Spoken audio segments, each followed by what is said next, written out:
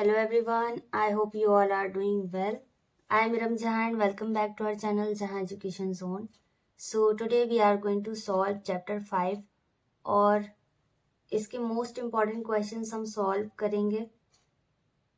तो इसे सॉल्व करने से पहले आप इसके फॉर्मूला जितने भी है वो देख लीजिए, क्योंकि इससे रिलेटेड आपको फॉर्मूले पता होने चाहिए, तभी आप इसे अच्छे से सॉल्व कर सकेंगे. जैसे पहला फॉर्मूला यहाँ पर है nth टर्म के लिए, जिसे टी एन भी कहा जा सकता है, और ए एन लिख दीजिए. तो इसके लिए फॉर्मूला है a plus N minus one D. और लास्ट टर्म के लिए क्या फॉर्मूला है, सेम ही है a plus N minus one D. लेकिन अगर लास्ट टर्म एंड से है तब इसके लिए फॉर्मूला क्या रहेगा, l minus N minus one D. इसके बाद है सम ऑफ नंबर्स. तो अगर नंबर्स का सम पता करना है तब फॉर्मूला ये रहेगा n by two two A plus N minus one D, या फिर n by two A plus nth term. जैसी कंडीशन है उस कंडीशन के अकॉर्डिंग हमें सॉल्व करना होगा. और सम ऑफ नंबर्स के लिए एक और फॉर्मूला है n by two A plus L.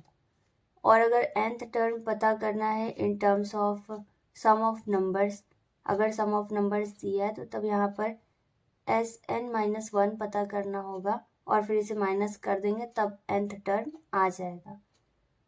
और अर्थमेटिक मीन पता करना है तो मीन का फॉर्मूला क्या होता है, जितने भी टर्म है उनका सम कर दीजिए और डिवाइडेड बाय नंबर्स. जैसे यहाँ पर दो टर्म है तो इनका सम हो गया, डिवाइडेड बाय टू हो गया. तो ये अर्थमेटिक मीन है. So without further delay let's get started. तो क्वेश्चन नंबर फर्स्ट में हमें क्या दिया गया है, क्वेश्चन नंबर फर्स्ट में हमें दिया गया है एक एपी. जैसे ये एपी आपको दिखाई दे रही होगी, -5, -1, 3 और 7. तो इसका हमें कॉमन डिफरेंस पता करना है. तो कॉमन डिफरेंस का आपको फॉर्मूला पता है, क्या होता है, D is equal to A2 minus A1. A2 यहाँ पर क्या है, A2 मतलब सेकेंड टर्म. A2 यहाँ पर -1 है और A1 यहाँ पर -5 है. इन दोनों को यहाँ पर माइनस करेंगे तब यहाँ पर -1 आ जाएगा, माइनस और -5 आ गया. डबल माइनस का साइन है तो प्लस आ जाएगा, और फिर इसे माइनस कर देना है, कितना आ जाएगा 4. बड़ी नंबर पॉजिटिव है इसलिए आंसर भी पॉजिटिव रहेगा. अब यहाँ पर ये सारी चीज़ें मैं इसलिए बता रही हूँ ताकि जिसने अभी तक नहीं पढ़ी है ये एक्सरसाइज या फिर चैप्टर, तो उसे भी क्लियर होता जाए कि यहाँ पर क्या करना है. तो मल्टीपल चॉइस क्वेश्चन में तो मैं यहाँ पर थोड़ा डिटेल में बताऊंगी, लेकिन सब्जेक्टिव क्वेश्चन में हम जल्दी जल्दी इसे सॉल्व करेंगे.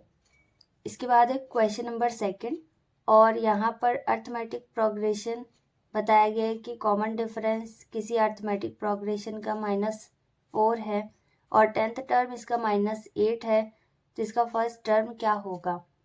तो यहाँ पर डी की वैल्यू दी गई है, डी की वैल्यू कितनी है, -4, और 10th टर्म भी इसका कितना है, -8 है. तो हिंट यहाँ पर दिया गया है 10th टर्म का. 10th टर्म का फॉर्मूला अप्लाई कर देंगे.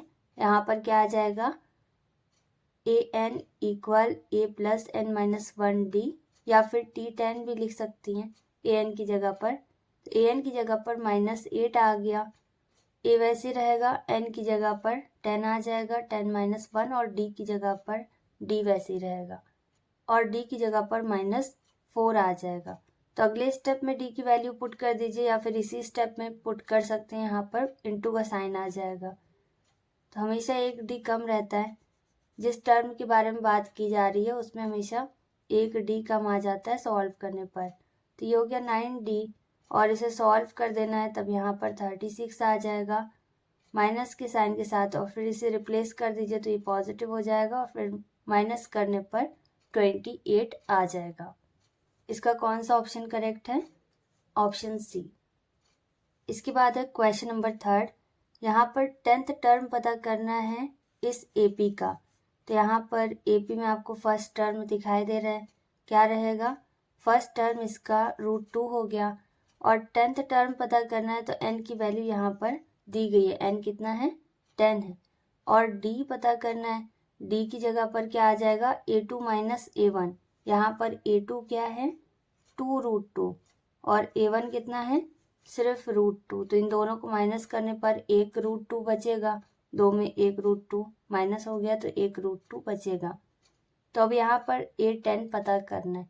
तो A10 के लिए फॉर्मूला हो जाएगा A + 10 - 1D, और इनकी सभी की वैल्यूज़ पुट कर देनी है और सॉल्व करने पर यहाँ पर 10√/2 आ जाएगा।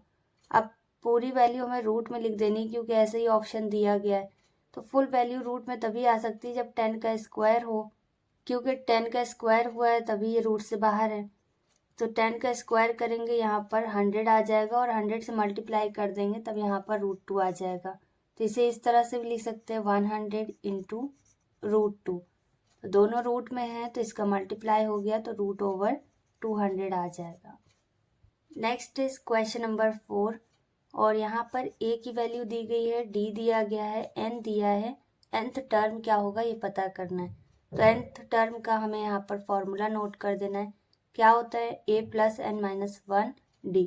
इन सभी की वैल्यूज पुट कर देनी है और इसे सॉल्व करने पर यहाँ पर कितना आ जाएगा 3.5।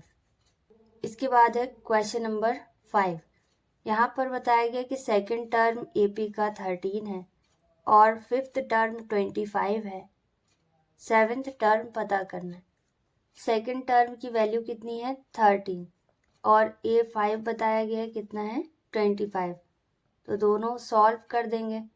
A2 जब सॉल्व करेंगे तब यहाँ पर A + 2 - 1 और D आ जाएगा। तो इसका मतलब A + D = 13 है क्योंकि एक D कम है। और इसी तरह से अगर A5 सॉल्व करें तब यहाँ पर आ जाएगा A + 5 - 1D और कितना है ये 25 के बराबर। तब यहाँ पर कितना आ जाएगा 4D। तो A + 4D = 25 हो गया। ये सेकंड इक्वेशन है, यहाँ पर आपको दिखाई दे रहा होगा। अब इन दोनों ही इक्वेशन को या तो एलिमिनेशन से सॉल्व कर दीजिए या फिर सब्सटीट्यूशन से। जब इन दोनों को सॉल्व कर देंगे तब A हट जाएगा और D माइनस हो जाएगा क्योंकि दोनों इक्वेशन को सब्ट्रैक्ट करना पड़ेगा। A यहाँ पर पॉजिटिव है तो दोनों को यहाँ पर सब्ट्रैक्ट करने पर D कितने हो गए 3 हो गए, माइनस करना पड़ेगा और इनको भी माइनस कर दीजिएगा तब यहाँ पर 12 आ जाएगा। सॉल्व करने पर जब 3 से डिवाइड करेंगे 12 तब कितना आ जाएगा 4। तो D की वैल्यू आ गई। अब D की वैल्यू आपको पुट कर देनी है किसी भी एक इक्वेशन में इन दोनों में से। तो इक्वेशन फर्स्ट में इसे पुट कर दिया गया तब यहाँ पर 9 आ जाएगा। तो A की वैल्यू आ गई, D आ गया। अब क्या पता करना है सेवेंथ टर्म।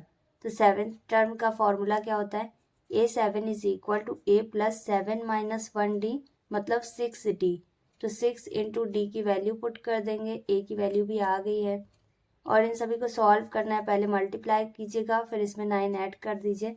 यहाँ पर कितना आ जाएगा 33। तो ये इसका आंसर है।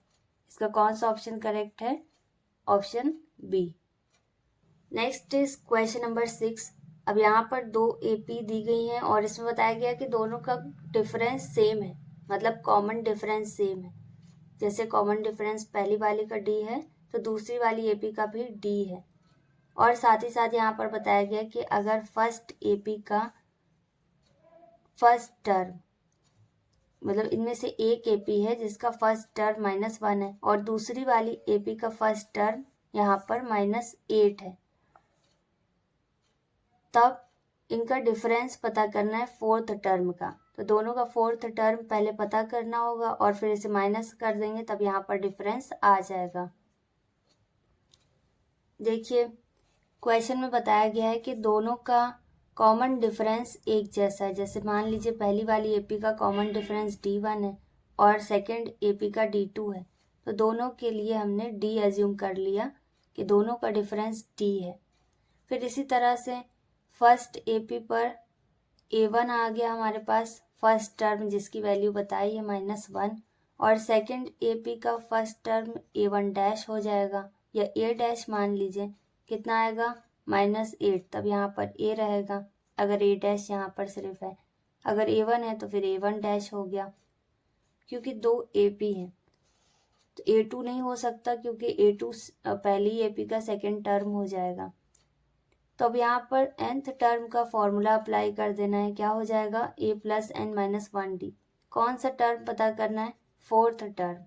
तो T4 पता कर लेंगे। यहाँ पर सिंपल सीरीज आ जाएगी A1 + 4 - 1D। तो इसे सॉल्व करेंगे। A1 की वैल्यू बताई गई है, फर्स्ट AP की कितनी है, -1 प्लस 3D हो गया। D नहीं पता, D यहाँ पर D मान लिया है। और इसी तरीके से T4 डैश पता कर लेना है। T4 डैश में यहाँ पर A1 डैश आ जाएगा और +4 -1 और D सेम ही रहेगा। A1 डैश यहाँ पर इसका -8 है और +3D आ गया। अब इन दोनों का डिफरेंस पता कर लेना है, तो इन दोनों को माइनस करना पड़ेगा। यहाँ पर लिख सकते हैं T4 - T4 डैश और इन दोनों की वैल्यू लिख दीजिए, पहले T4 की और फिर T4 डैश की। इसे ब्रैकेट में लिखना पड़ेगा क्योंकि एक से ज़्यादा वैल्यू है, और फिर माइनस से मल्टीप्लाई कर दीजिए तो 8 पॉजिटिव हो जाएगा और 3D नेगेटिव हो जाएगा क्योंकि ब्रैकेट से बाहर आएगा। फिर इसके बाद D वाली वैल्यू यहाँ से हट जाएगी क्योंकि एक पॉजिटिव है एक नेगेटिव है, और 8 में 1 माइनस कर देंगे तब यहाँ पर 7 आ जाएगा। तो इसका डिफरेंस कितना आ गया, 7। आई होप आपको समझ में आ गया है। नहीं समझ में आया तो वीडियो को रिवाइंड कीजिए और फिर से सॉल्व कीजिए। तब तक सॉल्व कीजिए जब तक आपको समझ में नहीं आए। और इसके अलावा भी कोई डाउट हो तो मुझे कमेंट सेक्शन में बता दीजिएगा। क्वेश्चन नंबर 7 में 8 के 15 मल्टीपल्स का सम पता करना है। तो SN का फॉर्मूला क्या होता है, सबसे पहले यहाँ पर आपको 8 की टेबल नोट कर देनी है। तो 8 की टेबल क्या हो जाएगी, 8 1 जार 8, 8 2 जार 16, 3 जार 24, 4 जार 32। इस तरह से आप जितने भी टर्म लिखना चाहें लिख सकते हैं। इसके बाद यहाँ से क्या पता चल रहा है, A की वैल्यू आ जाएगी, डिफरेंस पता चल जाएगा, इन दोनों को माइनस कर दीजिए। नेक्स्ट माइनस प्रीवियस मतलब A2 - A1, और S15 पता करना है मतलब सम ऑफ 15 टर्म्स। तो यहाँ पर S15 हो जाएगा, N की वैल्यू 15 है तो 15/2 हो गया। फॉर्मूला कौन सा अप्लाई किया गया यहाँ पर आपको दिखाई दे रहा होगा, SN = N/2 2A + N - 1D। तो 2 × A की वैल्यू पुट कर देनी है और प्लस 15 - 1 × D की वैल्यू 8 हो गई। अब इसके बाद इसे और सिंप्लीफाई कर देना है, तब यहाँ पर कितना आ जाएगा 16, और इसे माइनस करने के बाद 8 से मल्टीप्लाई करेंगे तब यहाँ पर 112 आ जाएगा। फिर इसे ऐड कर देना है और 2 से अगर कैंसिल हो जाए तो 2 से इसे कैंसिल कर दीजिए, और फिर इसके बाद 15 से मल्टीप्लाई कर देना है, तब यहाँ पर कितना आ जाएगा 960। तो इसका कौन सा ऑप्शन करेक्ट है, ऑप्शन A। इसके बाद है इसका part B, subjective questions.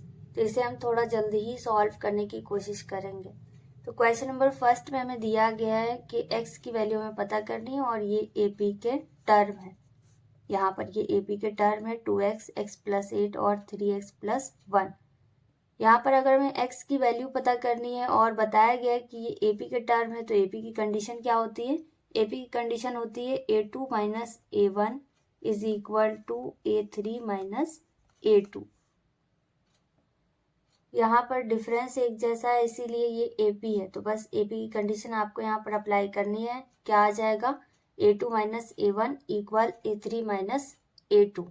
A1 यहाँ पर 2x है, A2 x + 8 हो जाएगा और A3 3x + 1 है। ये आपको दिखाई दे रहा होगा, तो इसे आप सॉल्व करके चेक कर लेना कितना आ रहा है।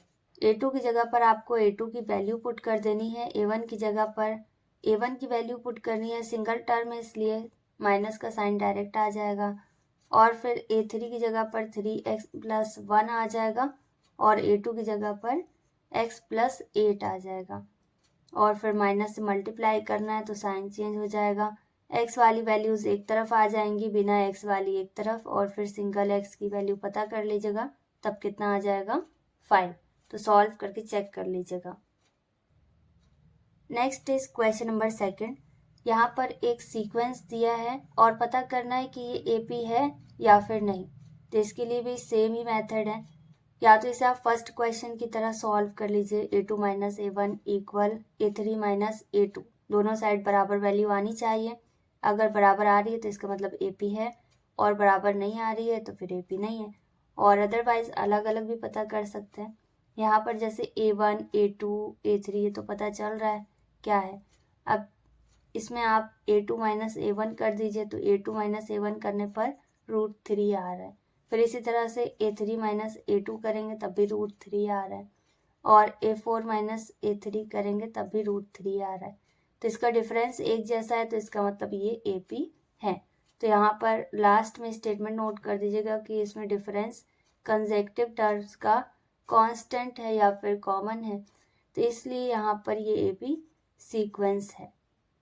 ठीक है, नेक्स्ट इज क्वेश्चन नंबर 3 और यहाँ पर AP के 4 टर्म लिखने हैं और इस AP का फर्स्ट टर्म बताया गया है 10 है और डिफरेंस दिया गया है 10।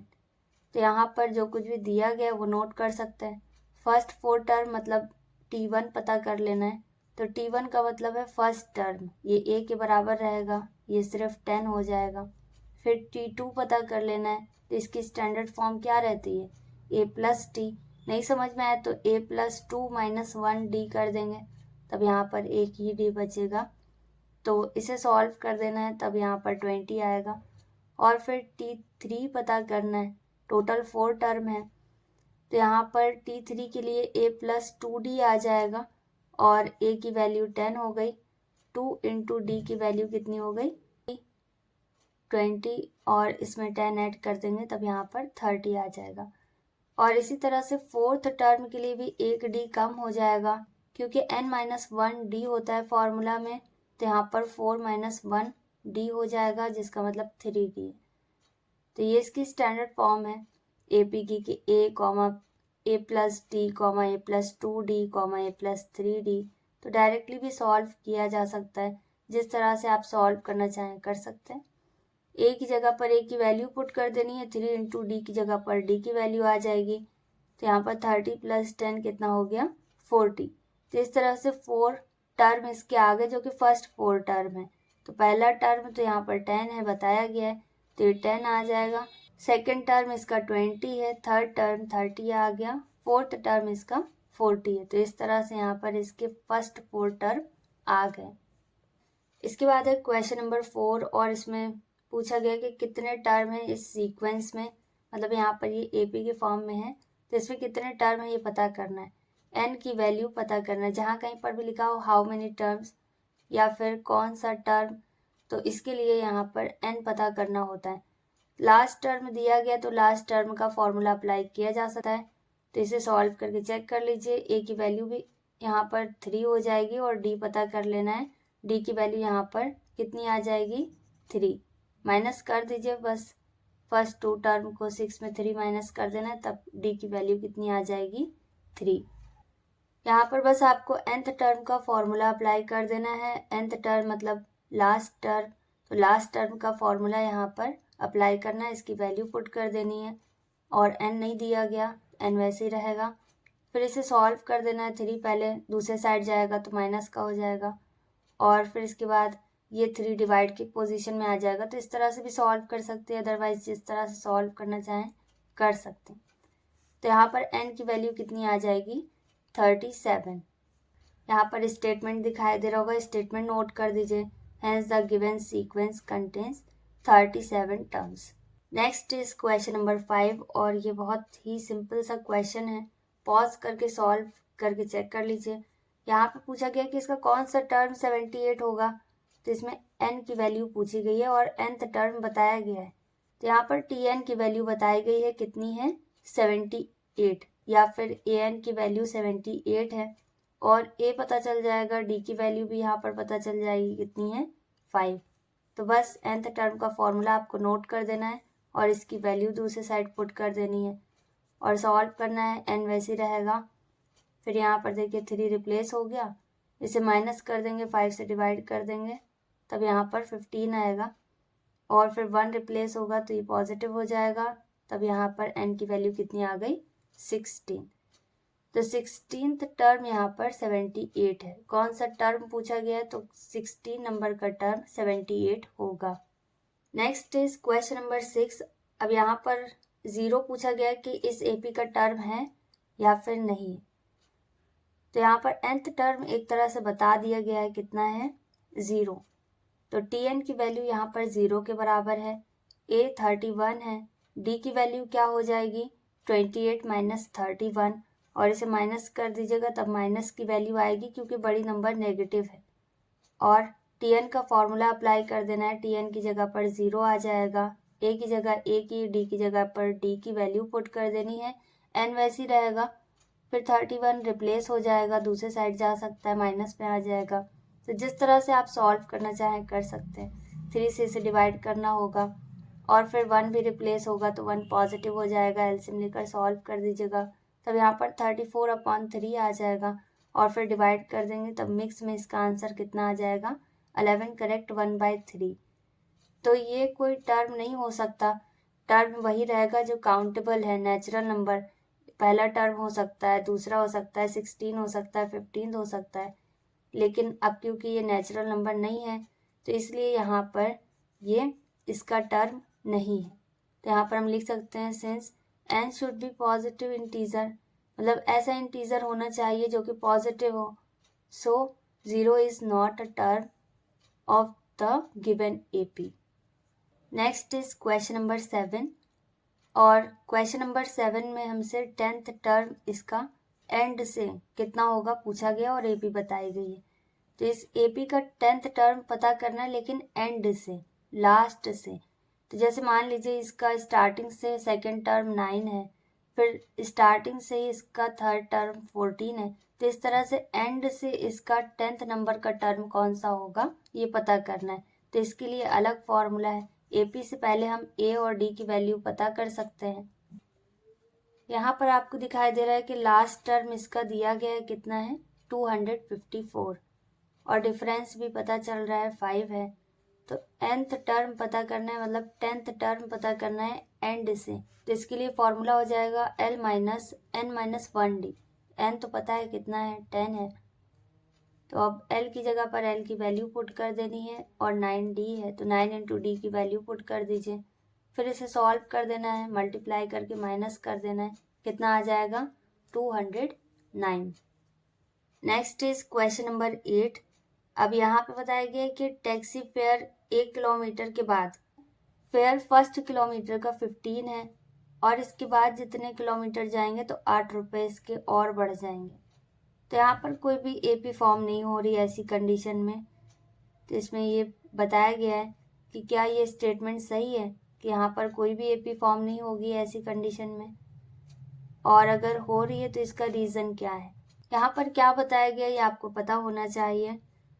जैसे टैक्सी का फेयर पहले 15 रुपये, फिर 8 रुपये बढ़ गया, फिर इसके आगे वाले किलोमीटर में और 8 रुपये बढ़ जाएगा, तो इस तरह से 8-8 रुपये ये बढ़ता जा रहा है।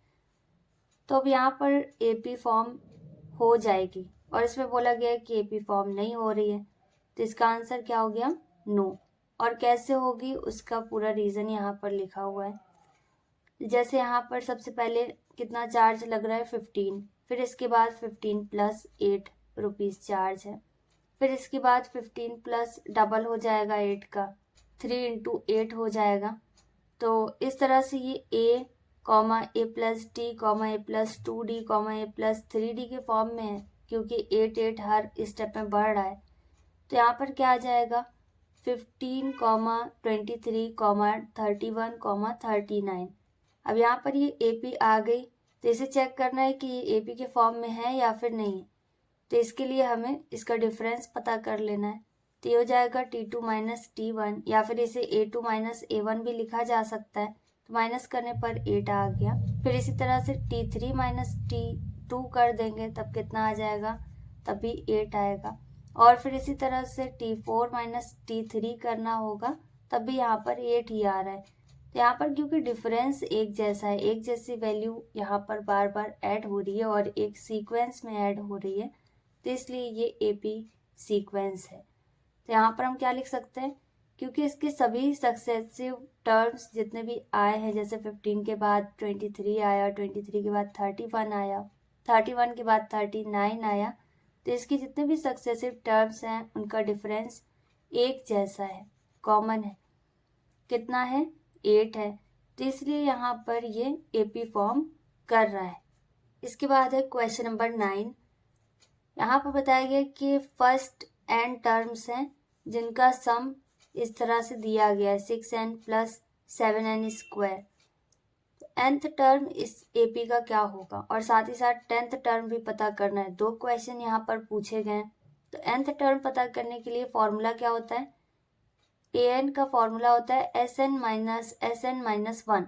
याद रखिएगा, जब भी सम ऑफ नंबर्स दिया है तब nth टर्म का फॉर्मूला sn माइनस 1 रहता है।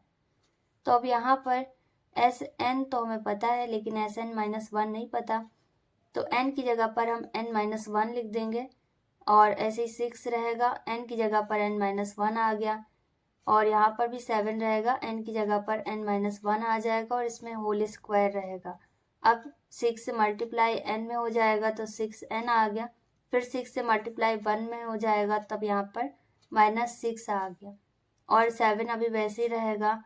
यहाँ पर a minus B whole square का फॉर्मूला अप्लाई कर देंगे तो इसकी एक्सपेंड फॉर्म हो जाएगी n square plus 1 minus 2n। अब इसके बाद 7 से मल्टीप्लाई हो सकता है तो 7 से मल्टीप्लाई कर देना है ब्रैकेट के अंदर की वैल्यू में ताकि ब्रैकेट हट जाए। तब यहाँ पर इस तरह से कुछ वैल्यू आ जाएगी, n के साथ सॉल्व हो जाएगा, n स्क्वायर और नहीं है तो वैसे रहेगा और फिर इसके बाद 6 और 7 इनको सॉल्व करने पर 1 बचेगा। इस तरह से यहाँ पर sn माइनस 1 आ गया। तो sn माइनस 1 हमारे पास आ गया है और sn बताया गया है, इन दोनों को माइनस कर देना है। माइनस करेंगे तब यहाँ पर इसे ब्रैकेट में लिखिएगा क्योंकि एक से ज़्यादा टर्म है, फिर माइनस से मल्टीप्लाई करेंगे तो इसके साइन चेंज हो जाएंगे। जैसे यहाँ पर 7n स्क्वायर माइनस का हो गया, 8n पॉजिटिव हो गया और 1 नेगेटिव हो गया। अब इसके बाद इसे सॉल्व कर देना है तो n स्क्वायर से n स्क्वायर हट जाएगा, 8n है और 6n, कितने n हो गए 14n और -1 है यहाँ पर और कुछ भी नहीं है तो -1 रहेगा। तो फर्स्ट क्वेश्चन यहाँ पर इसका सॉल्व हो गया। अब 10th टर्म पता करना है, तो nth टर्म जब आ गया तो कोई सा भी टर्म हम पता कर सकते हैं। nth टर्म का फॉर्मूला यहाँ पर इसके लिए क्या है, इसके लिए यहाँ पर इसकी वैल्यू बताई है, an कितना आया, an आ गया 14n माइनस 1। तो 8n कितना हो जाएगा, n की जगह पर 10 लिख दीजिए तो हो जाएगा 14 इंटू 10 माइनस 1। क्योंकि यहाँ पर सम ऑफ नंबर्स दिया है तो इसी के अकॉर्डिंग आपको इसे सॉल्व करना होगा। nth टर्म यहाँ पर आ गया है तो अब कोई सा भी टर्म आ सकता है, n की जगह पर 10 लिख दीजिए, n की जगह पर 5 लिख दीजिए, 6 लिख दीजिए, जो कुछ भी पूछा गया वो यहाँ पर लिखा जा सकता है। तो अब 10th टर्म पूछा गया तो n की जगह पर 10 आ गया तो ये 8n हो गया, 14 इंटू 10 माइनस 1। तो इसे सॉल्व कर देना है तब यहाँ पर कितना आ जाएगा 139। Next is question number 10। अब यहाँ पर k की वैल्यू पता करनी है और ये AP के कंसेक्टिव टर्म से ही बताया गया। तो अगर ये AP है तो फिर यहाँ पर डिफरेंस एक जैसा होना चाहिए। तो यहाँ पर सेम कंडीशन रहेगी, A2 minus A1 equal A3 minus A2, यही आपको यहाँ पर अप्लाई कर देना है। A2 कितना है, A2 की जगह पर A2 की वैल्यू पुट कर देनी है, A1 की जगह पर A1 की और इसे ब्रैकेट में लिख दीजिएगा क्योंकि माइनस का साइन है, और A3 की जगह पर A3 की, A2 की जगह पर A2 की, फिर यहाँ पर भी माइनस का साइन है इसलिए ब्रैकेट में रहेगा। अब फर्स्ट वैल्यू वैसे लिख सकते हैं, इसमें माइनस से मल्टीप्लाई करना होगा, सॉल्व करने पर k माइनस 10 आ जाएगा और इसमें भी सेम ऐसे ही रहेगा। फर्स्ट वैल्यू विदाउट ब्रैकेट लिखी जा सकती है और इसमें माइनस से मल्टीप्लाई कर देंगे तो इसका भी ब्रैकेट हट जाएगा। फिर इसे सॉल्व कर देना है तब यहाँ पर 8 बचेगा और फिर 10 रिप्लेस हो जाएगा, ऐड करने पर 18 आ जाएगा। तो k की वैल्यू यहाँ पर कितनी आ गई 18। इसके बाद है क्वेश्चन नंबर 11। तो यहाँ पर बताया गया कि जनरल टर्म इसका पता करना है और इसका 7th टर्म -7 है और 16th टर्म इसका 17 है। तो जो कुछ भी बताया गया है, जैसे 7th टर्म इसका -1 है और 16th टर्म इसका 17 है, तो यहाँ पर पहले इसे सॉल्व कर लेना है। 7th टर्म यहाँ पर दिया गया है -1 और 16th टर्म 17 है, तो इसका फॉर्मूला अप्लाई कर देंगे। 7th टर्म है तो एक डी यहाँ पर कम रहेगा, एक डी यहाँ पर कितना आ जाएगा 6d, तो a प्लस 6d इक्वल -1 हो गया, ये फर्स्ट इक्वेशन है। और इसी तरह से 16 में 1 माइनस करना है तो यहाँ पर कितना आ जाएगा 15d, तो a प्लस 15d इक्वल 17 बताया गया।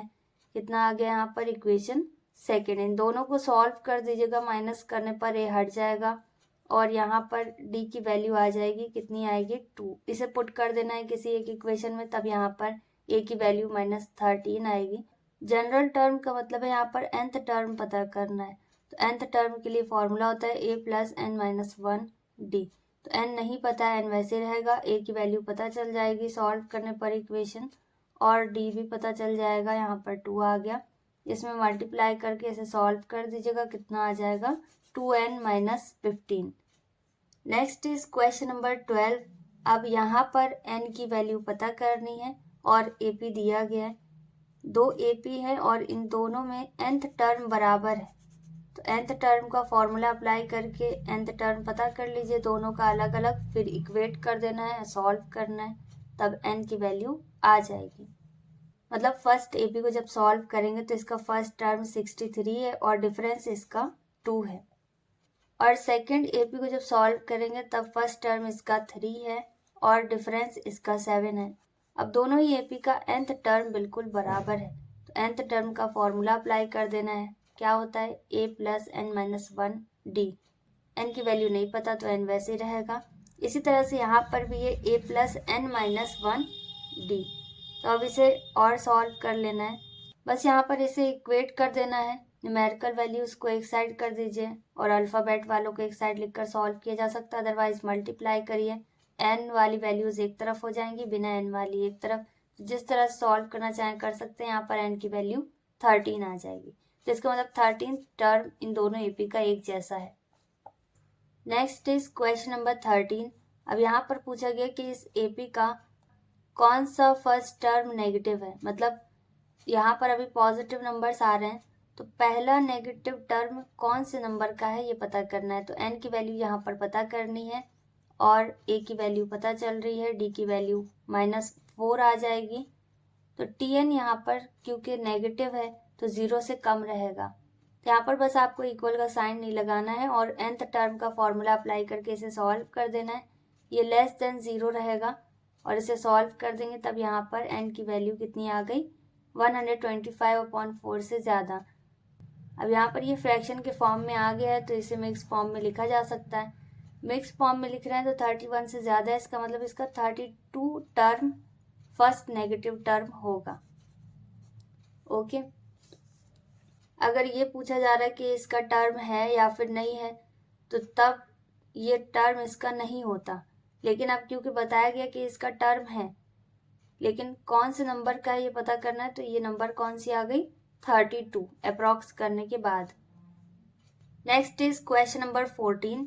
अब यहाँ पर पूछा गया कि इस AP के लिए अगर इसके 54th टर्म में 132 ज़्यादा कर दें, मतलब ऐड कर दें, तब यहाँ पर एक नया टर्म आएगा। तो वो कौन सा टर्म होगा, कौन से नंबर का टर्म होगा ये पता करना है। तो n की वैल्यू यहाँ पर भी पता करनी है, लेकिन इससे पहले हमें इसका 54 टर्म पता कर लेना है। तो यहाँ पर A54 कितना आ जाएगा, A54 कितना आ गया 639।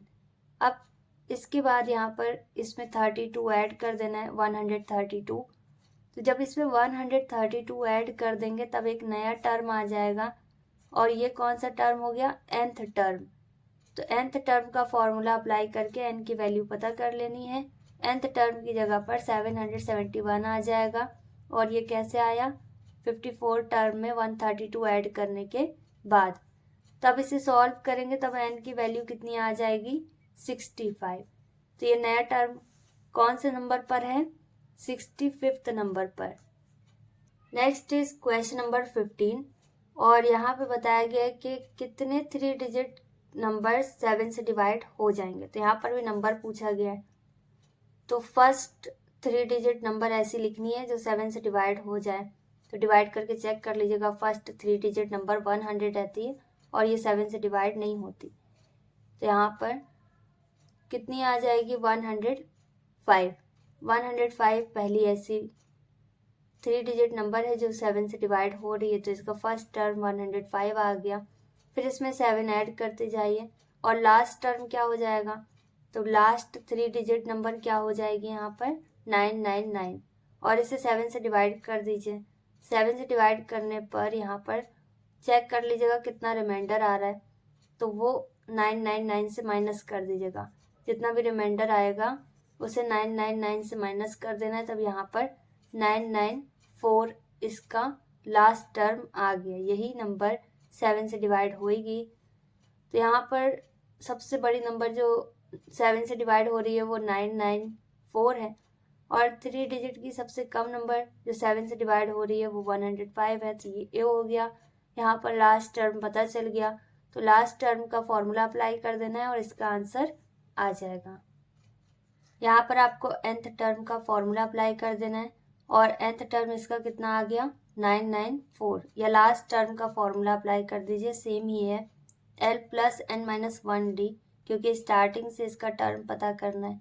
और बस इसकी वैल्यूज पुट कर देनी है, d की जगह पर d की, a की जगह पर a के। सॉल्व करने के बाद यहाँ पर n की वैल्यू 128 आ जाएगी। तो ऐसे कितने नंबर्स हैं जो 7 से डिवाइड हो रहे हैं? 128 नंबर्स। इसके बाद है क्वेश्चन नंबर 16। यहाँ पर बताया गया कि रामकली 5 रुपए सेव कर रही है पहले हफ्ते, और इसके बाद से जितने हफ्ते आ रहे हैं एक साल में, उसमें हर हफ्ते वो इतने रुपए बढ़ाती जा रही है अपनी सेविंग में 1.75। फिर उसके अगले हफ्ते जितनी भी अमाउंट हो रही है उसमें 1.75 और ऐड कर देती है। इस तरह से हर हफ्ते इतने रुपए बढ़ाकर सेव कर रही है। तो nth वीक में कोई एक वीक ऐसा हो सकता है कि 30वां हफ्ता या 20वां हफ्ता या 21वां हफ्ता। तो nth वीक यहाँ पर बोला गया है कि इसकी सेविंग कितनी हो गई 20.75। तो लास्ट टर्म भी पता चल रहा है, n की वैल्यू पता करनी है। सबसे पहले हफ्ते में कितने रुपए सेव किए गए हैं 5 रुपए, और फिर इसके बाद 5 रुपए तो थे ही, साथ ही साथ 1.75 भी सेव कर लिया। फिर इसके बाद 5 थे, 1.75 था, फिर से 1.75 आ गया तो 1.75 हो गया। फिर 5 था, और साथ ही साथ 2 1.75 हो गए थे टोटल, तो एक और अपनी तरफ से ऐड किया तो कितना हो गया 3 इंटू 1.75। तो इस तरह से ये इसका टाइम्स बढ़ता जाएगा। तो ये स्टैंडर्ड फॉर्म में आ रहा है। यहाँ पर a है, फिर a प्लस d है, फिर a प्लस 2d, फिर a प्लस 3d। इस तरह से अपनी स्टैंडर्ड फॉर्म में आ गई। तो ये AP के फॉर्म में है। तो अब यहाँ पर इसका n पता करना है, और nth टर्म भी बताया गया है। nth टर्म इसका कितना है 20.75। तो लास्ट टर्म का फॉर्मूला अप्लाई कर दीजिए, या फिर nth टर्म का, क्योंकि यहाँ पर टोटल अमाउंट बता दी गई कितना रुपए सेव किया। तो यहाँ पर 5 प्लस और d की वैल्यू पुट कर देनी है, क्योंकि d यहाँ पर कितना है 1.75, और बस इसे सॉल्व कर देना है, तब n की वैल्यू कितनी आ जाएगी 10। इसके बाद है क्वेश्चन नंबर 17। यहाँ पर पूछा गया कि क्या -81 इस AP का टर्म है, और साथ ही साथ एक और क्वेश्चन पूछा गया है कि 0 इस AP का टर्म है। तो यहाँ पर हमें चेक करना पड़ेगा। सबसे पहले nth टर्म तो बता ही दिया गया है इनडायरेक्टली। तो यहाँ पर Tn की वैल्यू कितनी है -81, तो Tn की जगह पर -81 आ गया, और nth टर्म का ही फॉर्मूला अप्लाई कर देना है। n नहीं पता है तो n यहाँ पर देखिए 35 आ रहा है, जो कि एक काउंटेबल नंबर है। और 0 के लिए भी आपको पता कर लेना है। अब Tn 0 हो गया, क्योंकि दो अलग क्वेश्चंस एक ही AP से पूछे गए। तो यहाँ पर Tn की वैल्यू 0 हो गई, और nth टर्म का ही फॉर्मूला अप्लाई कर देना है। फर्स्ट टर्म और डिफरेंस सेम ही रहेगा। nth टर्म यहाँ पर 0 है, चेक करना है कि इसका टर्म है कि नहीं। अगर टर्म होगा तो नेचुरल नंबर के फॉर्म में इसका आंसर रहेगा। तो n की वैल्यू यहाँ पर 8 आ रही है, इसका मतलब 8th टर्म इसका 0 है, और 35 नंबर का टर्म इसका -81 है, क्योंकि यहाँ पर ये नेगेटिव होती जा रही है, कम होती जा रही है वैल्यू। तो अब यहाँ पर लिख सकते हैं 8th टर्म इसका कितना है 0, और कौन से नंबर का टर्म इसका -81 है 35। सेकंड वाले में इसका आंसर क्या हो गया यस, ये इसका टर्म है, और कौन से नंबर का टर्म है 8th नंबर का। और फर्स्ट वाले में डायरेक्ट यहाँ पर 35 आ गया। तो जिस तरह से आप स्टेटमेंट नोट करना चाहें कर सकते हैं। नेक्स्ट इज क्वेश्चन नंबर 18, और यहाँ पर 4th टर्म दिया गया है AP का कितना है 0 है, और हमें प्रूव करना है कि 25 टर्म इसका 11th टर्म के 3 टाइम्स के बराबर है। A4 कितना है 0 के बराबर है। तो 4th टर्म इसका यहाँ पर क्या हो गया a प्लस 3d = 0। a की वैल्यू सबसे पहले आपको पता कर लेनी है कितनी आ जाएगी -3D। अब इसे आपको पुट कर देना है अकॉर्डिंग टू कंडीशन। तो यहाँ पर हम इस तरह से भी इसे लिख सकते हैं, A25 is equal to 3 into A11। तो बस A25 के लिए क्या फॉर्मूला है, A25 के लिए फॉर्मूला हो गया A+24D इक्वल, यहाँ पर आ जाएगा 3 इंटू A11 की जगह पर A प्लस कितना D हो जाएगा, 1D का मतलब 10D। तो बस इसे सॉल्व कर देना है। सॉल्व करेंगे तब यहाँ पर 21D आ जाएगा और यहाँ 7D आ जाएगा। 21D कैसे आएगा, जब A की वैल्यू पुट कर दी जाएगी तब, और इस तरह से यहाँ पर भी 7D आ जाएगा।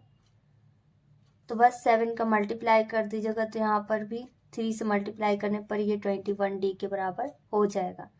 तो जिस तरह से सॉल्व करना चाहें कर सकते हैं। LHS बराबर RHS हैंस प्रूव्ड ऐसे लिख दीजिए, या फिर यहाँ पर A25 इक्वल 21D है तो इसे एक्सपेंड कर सकते हैं, ये हो जाएगा 3 इंटू 7D। तो अब 3 तो वैसे ही रहेगा, इंटू 7D यहाँ पर A11 के बराबर है। इस तरह से A11 टर्म का 3 टाइम्स के बराबर आ गया, तो ये भी प्रूफ हो जाएगा। तो जिस तरह से आप प्रूफ करना चाहें कर सकते हैं, बस आपका तरीका सही होना चाहिए। इसके बाद है क्वेश्चन नंबर 19 और इसमें मिडल टर्म पता करना है, AP बताई गई है। मिडल टर्म मतलब बीच का टर्म पता करना है इस AP का। तो यहाँ पर सबसे पहले AD और लास्ट टर्म पता चल गया है, और nth टर्म का फॉर्मूला यहाँ पर अप्लाई कर देना है, अदरवाइज लास्ट टर्म का फॉर्मूला अप्लाई कर दीजिए, दोनों सेम ही है। लास्ट टर्म या nth टर्म की जगह पर 216 आ जाएगा, A की वैल्यू पता है, D की जगह पर 7 आ गया। इस तरह से आपको n पता कर लेना है, क्योंकि मिडल टर्म का फॉर्मूला होता है n+1/2, तो इसके लिए आपको n पता होना चाहिए। तब पहले हम n पता कर लेंगे, कितना आ जाएगा 31, और n की जगह पर 31 आपको पुट कर देना है, ये हो जाएगा 32/2। और यहाँ पर TH टर्म है, यहाँ पर TH टर्म भी आपको नोट कर देना है। तो यहाँ पर हमें मिडल टर्म कौन से नंबर का ये नहीं पता करना है, मिडल टर्म क्या है ये पता करना है। तो यहाँ पर T16 की वैल्यू पता करनी है, तो कौन से नंबर का टर्म है ये तो हमें पता चल गया, बीच का। तो अब ये कौन सा टर्म है ये पता करना है, तो A+16 - 1D हो जाएगा, इनकी वैल्यूज पुट कर दीजिएगा। तब यहाँ पर कितना आएगा 111। तो ये इसके बीच का टर्म है जो AP बताई गई है क्वेश्चन में, उसके बीच का टर्म 111 है और ये 16th नंबर पर है। इसके बाद है क्वेश्चन नंबर 20 और यहाँ पर सम ऑफ ऑल नेचुरल नंबर्स हमें पता करना है 1 से लेकर 100 तक। यहाँ पर सबसे पहले आप इसे AP के फॉर्म में नोट कर दीजिए, क्योंकि इस तरह से सम करना तो मुश्किल है, तो इसकी शॉर्ट फॉर्म है कि आप इसे AP के फॉर्म में नोट कर दीजिए। तो यहाँ पर दिखाई दे रहा होगा 1 2 3 सो 100 तक लिख दिया। अब यहाँ पर फर्स्ट टर्म D और N की वैल्यू पता चल गई। अब SN यहाँ पर पता करना है, मतलब सम ऑफ नेचुरल नंबर्स पता करना है। तो SN का फॉर्मूला यहाँ पर कोई सा भी आप अप्लाई कर सकते हैं, तो ये हो जाएगा n/2 2a + n-1d। क्योंकि यहाँ पर लास्ट टर्म भी पता चल गया, तो लास्ट टर्म के अकॉर्डिंग भी आप इसे सॉल्व कर सकते हैं। फॉर्मूले आपको मेमोराइज करने हैं और पता होने चाहिए। n/2 तो यहाँ पर 100/2 हो गया, 2 × 1 आ जाएगा। n की वैल्यू भी यहाँ पर 100 है। टोटल नंबर ऑफ टर्म्स कितने हैं, 100 है, क्योंकि 1 से लेकर 100 में 100 ही नेचुरल नंबर्स होते हैं, और यहाँ पर D की वैल्यू 1 आ रही है। तो इनको सॉल्व कर देना है, और फिर इसके बाद यहाँ पर कितना आ जाएगा 50-50। नेक्स्ट इज क्वेश्चन नंबर 21 और यहाँ पर सम पता करना है ऑड इंटीजर का। तो क्योंकि इसके अंदर कितने ऑड इंटीजर है ये नहीं पता, तो पहले नंबर ऑफ ऑड इंटीजर पता करना होगा कि यहाँ पर 2 से लेकर 100 के बीच में कितने ऑड इंटीजर है। और साथ ही साथ एक और कंडीशन बताई गई है, विच आर डिविजिबल बाय 3, मतलब ऐसे नंबर होने चाहिए जो कि 3 से डिवाइड हो जाए और ऑड हो। ऑड का मतलब जो 2 की टेबल में नहीं आए। तो 3 से डिवाइड होने वाले नंबर्स तो बहुत सिंपल है, यहाँ पर 3 की टेबल आपको लिख देनी है। 3 1s are 3, 3 3s are 9, 3 5s are 15, 3 7s are 21। आपको ऑड नंबर्स यहाँ पर लिखने हैं, इवन नहीं लिखने। और फिर इसके बाद यहाँ पर सो ऑन 99 इसका लास्ट टर्म हो जाएगा, जो कि 100 के अंदर ही आ जाएगा, क्योंकि 100 तो 3 से डिवाइड नहीं होगा, और इवन भी है तो ऑड यहाँ पर नंबर लिखनी है। 99 3 से डिवाइड भी हो रहा है और ऑड भी है, तो दोनों चीज़ें आपको ध्यान में रखना है कि 3 से डिवाइड भी हो और साथ ही साथ ऑड भी रहे। तो यहाँ पर 6 नहीं आएगा, 12 नहीं आएगा, क्योंकि ये सब 3 से डिवाइड तो हो रहे हैं लेकिन इवन है, ऑड नहीं है। यहाँ पर सबसे पहले आपको नंबर ऑफ टर्म पता कर लेना है। नंबर ऑफ टर्म के लिए nth टर्म का फॉर्मूला अप्लाई कर देना है। लास्ट टर्म इसका 99 है, तो nth टर्म की जगह 99 आ जाएगा और यहाँ पर n की वैल्यू 17 आ गई। क्योंकि अल्टीमेटली यहाँ पर आपको सम पता करना है, तो सम के लिए आप सीधा यहाँ पर सम नहीं कर सकते, n पता करना होगा। पहले n हमने यहाँ पर पता कर लिया, फिर इसके बाद इसे सॉल्व कर देंगे, तब कितना आ गया 867। इसके बाद है क्वेश्चन नंबर 22। यहाँ पर नंबर ऑफ टर्म पता करना है अर्थमेटिक प्रोग्रेशन में कितने हैं, जिसका फर्स्ट टर्म यहाँ पर 4 है, लास्ट टर्म 49 है और सम भी बताया गया है कि 265 है। तो जितनी भी चीज़ें यहाँ पर बताई गई इससे हमें n पता कर लेना है। तो क्योंकि यहाँ पर सम दिया गया तो सम का ही फॉर्मूला लगा देंगे। SN मतलब sum of numbers is equal to n/2a plus l लिखा जा सकता है, क्योंकि फर्स्ट टर्म और लास्ट टर्म दिया गया है। तो यहाँ पर बस आपको वैल्यू पुट कर देनी है और n की वैल्यू हमारे पास आ जाएगी ना, ऐड कर दीजिए। 2 से अगर कैंसिल हो रहा है तो 2 से कैंसिल कर दीजिए। फिर इसके बाद 53 से इसे डिवाइड कर देना है। डिवाइड करने पर यहाँ पर 10 आ जाएगा। आई होप आपको समझ में आया होगा कि इसे किस तरह से सॉल्व करना है। और भी जल्दी ये वीडियो बन सकता था, लेकिन मैंने उन लोगों के लिए भी बनाया है जिन्होंने अभी तक इसे नहीं पढ़ा है, तो वो उसे पढ़ लेंगे और कोई डाउट होगा तो उन्हें क्लियर हो जाएगा। और अदरवाइज जिन्हें आता है तो वो अपना फास्ट फॉरवर्ड करके देख सकते हैं। मैं ज़्यादा से ज़्यादा वीडियो बनाने की कोशिश करूँगी ताकि आपका सिलेबस जितना भी है ओवरऑल कंप्लीट हो जाए पूरा course. That's all in this video. We'll meet in the next video very soon. Till then, stay happy, stay tuned, stay connected. Take care. Bye bye.